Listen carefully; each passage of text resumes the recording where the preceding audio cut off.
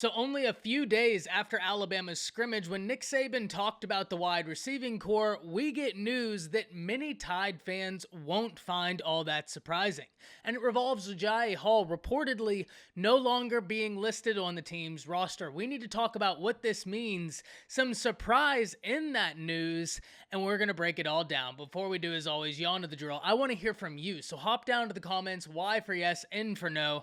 Are you surprised that Agiye Hall is no longer listed on Alabama's roster? And let me know who you think steps up. If you are new to the channel, be sure to subscribe, hit that bell notification. I do constant college football content. You don't want to miss any of it. And if you enjoyed the content, like and comment down below, as those interactions are massive to content creators, such as myself, in both getting picked up and maintained. But with all that being said, let's hop right into this, and we're going to try and get through this without me hitting a sneezing fit, because I've been outside working with the storms. My allergies are just killing me. But having said that, this is news that I don't think many people are going to find all that surprising. And if I had to classify how I feel about it, I'm both surprised and not surprised at the same time. And I'll start with why I'm a little bit surprised. And I think it's something many of you will understand.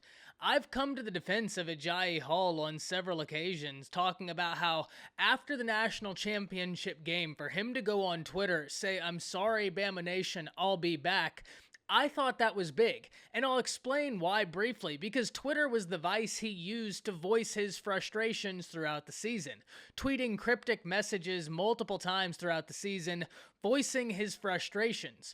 So for him to use that as the platform that he came out and said, "I'm sorry, I'll be back," I took that as an admission of maybe there is something to the process, maybe there is something to this madness. But inevitably, that doesn't seem to be the case, and I'm not sure what happened behind closed doors, so I'm not going to speak to that. But it was intriguing to me, hearing Nick Saban talk after the scrimmage, naming all these wide receivers, not hearing Agiye Hall's name, and then hearing Saban spill on this team having a positive attitude and no complainers. And as I said in the intro, this news is not without its intrigue, as no college football news is. Because as soon as this was released by multiple sources, mind you, and I'm talking multiple sources as in Bama Online, Bama Insider, at the point where all this news was released, people were talking about it, and Agiye Hall quote tweeted one of those tweets saying, "This is news to me, but for sure."